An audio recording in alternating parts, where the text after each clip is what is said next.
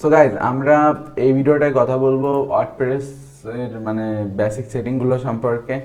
তো আমাদের ওয়েবসাইটটা এখন ব্ল্যাঙ্ক রয়েছে, আর এখন ওয়ার্ডপ্রেসে কী কী সেটিং রয়েছে, কোনগুলো কী কী কাজে লাগে, জাস্ট এই জিনিসগুলো সম্পর্কে আমরা একটু ডিপ নলেজ নিব, যাতে করে আসলে আমরা ওয়েবসাইটটায় কাজ শুরু করার আগে এই জিনিসগুলো সম্পর্কে অবগত থাকি। তো ফার্স্ট অফ অল দেখেন, একটা ওয়েবসাইট ব্ল্যাঙ্কে এরকম থাকে, আর আমরা যদি এটার অ্যাডমিন প্যানেলে যেতে চাই তো সিম্পলি আমাদের এই জায়গায় /wp অ্যাডমিন লিখতে হয়। তো সিম্পলি মনে করেন আপনার ওয়ার্ডপ্রেসের যে কোনো সাইট রয়েছে, ঠিক আছে, তো এটা লিখবেন এবং তারপর /wp অ্যাডমিন লিখবেন এবং সেটা লেখার পর অ্যাডমিন প্যানেলে চলে যাবেন। তো যদিও অ্যাডমিন প্যানেলে লগ ইন নিতে বলবে যদি আপনি অন্য কোনো কম্পিউটার থেকে থাকেন, যেহেতু আমার এটা অলরেডি লগ ইন করা, তো এই কারণে লগ ইন চাইনি। লগ ইন চাইলে আপনি ইউজার নেম আর পাসওয়ার্ড বসিয়ে দিবেন, যেগুলো সম্পর্কে অলরেডি আগে আমি কথা বলে আইছি। তো এখন আমি মূলত বেশ কিছু ইম্পর্টেন্ট জিনিস সম্পর্কে আপনাদের সাথে কথা বলবো, মানে ইম্পর্টেন্ট সেটিং।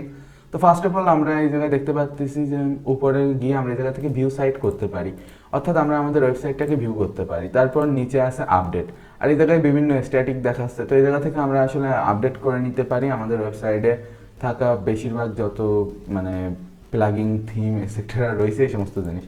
তারপর এই জায়গায় বিভিন্ন পোস্ট রয়েছে পোস্ট অপশনে, বাট আমাদের ওয়েবসাইটটা ব্ল্যাঙ্ক, এই কারণে হ্যালো ওয়ার্ল্ড নামে সিম্পল একটা জিনিস রয়েছে। তারপর আছে মিডিয়া, এটা খুবই গুরুত্বপূর্ণ। আমরা আমাদের ওয়েবসাইটে বিভিন্ন যে ফাইলগুলো স্টোর করব, যে ইমেজ, যে ডাটাগুলো স্টোর করব, সেগুলো সব এই জায়গায় থাকবে। এবং এরপর আছে পেজ, এই জায়গায় আসলে প্রাইভেসি পলিসি এবং সিম্পল পেজ, এরকম বিভিন্ন পেজ থাকে। এগুলো আমরা যখন আসলে ক্রিয়েট করব তখন বুঝতে পারবো। অ্যাপিয়ারেন্সে আসলে আমাদের থিম থাকে, আর অ্যাড নিউতে গিয়ে আমরা আমাদের মন মোতাবেক বিভিন্ন থিম ইনস্টল করতে পারি। ওয়ার্ডপ্রেসের যে লাইব্রেরি আছে, মানে অনলাইন যে লাইব্রেরি, এই জায়গায় হাজার হাজার থিম রয়েছে। আমরা চাইলে বিভিন্ন অনলাইন শপ থেকেও আবার থিমগুলো কিনতে পারি, যেমন থিম ফরেস্ট আছে, ইনভেন্টো যেটা, এবং তাছাড়া আরও বিভিন্ন থার্ড পার্টি অনেক সাইট রয়েছে। এমনকি ওয়ার্ডপ্রেসের এই জায়গা থেকেও আমরা চাইলে বিভিন্ন থিম কিনতে পারি।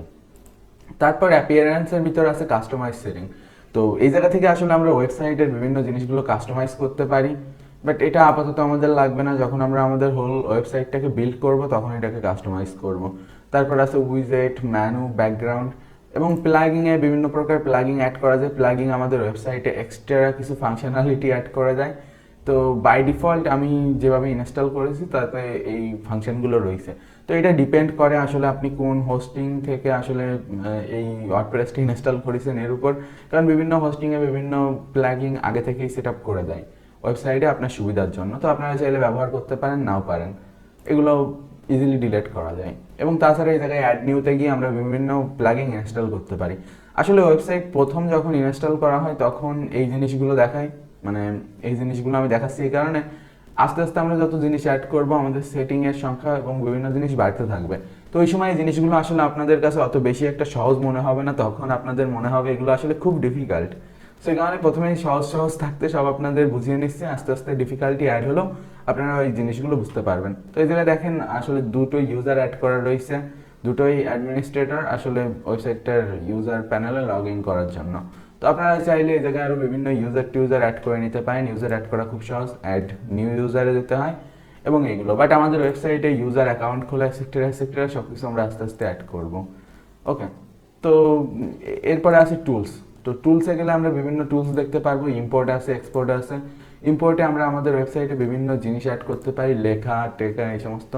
আর এক্সপোর্টে আমরা বিভিন্ন পোস্ট, মিডিয়া, এগুলো এক্সপোর্ট করতে পারি। সাইট হেলথে আমরা আসলে সাইটের মানে যে হেলথ রিপোর্ট এটা দেখতে পারবো, আসলে আমাদের ওয়েবসাইটটার হেলথ কেমন, এটা স্ট্যাটিক চেক হয় যে সব ফাংশনালিটিগুলো কাজ করছে কিনা, এগুলো। তারপর পার্সোনাল ডেটা এক্সপোর্ট, তারপর ইরেজ পার্সোনাল ডেটা, এরকম বিভিন্ন বেসিক কিছু সেটিং রয়েছে যেগুলো আমাদের লাগবে না। সেটিংয়ে গেলে জেনারেলের ভিতর বেশ কিছু ইনফরমেশন রয়েছে, মানে ওয়েবসাইটটা ক্রিয়েশন সম্পর্কে, এবং এই জায়গায় মিডিয়া, তারপর পারমালিঙ্ক এবং আরও বিভিন্ন জিনিসের সেটিং রয়েছে।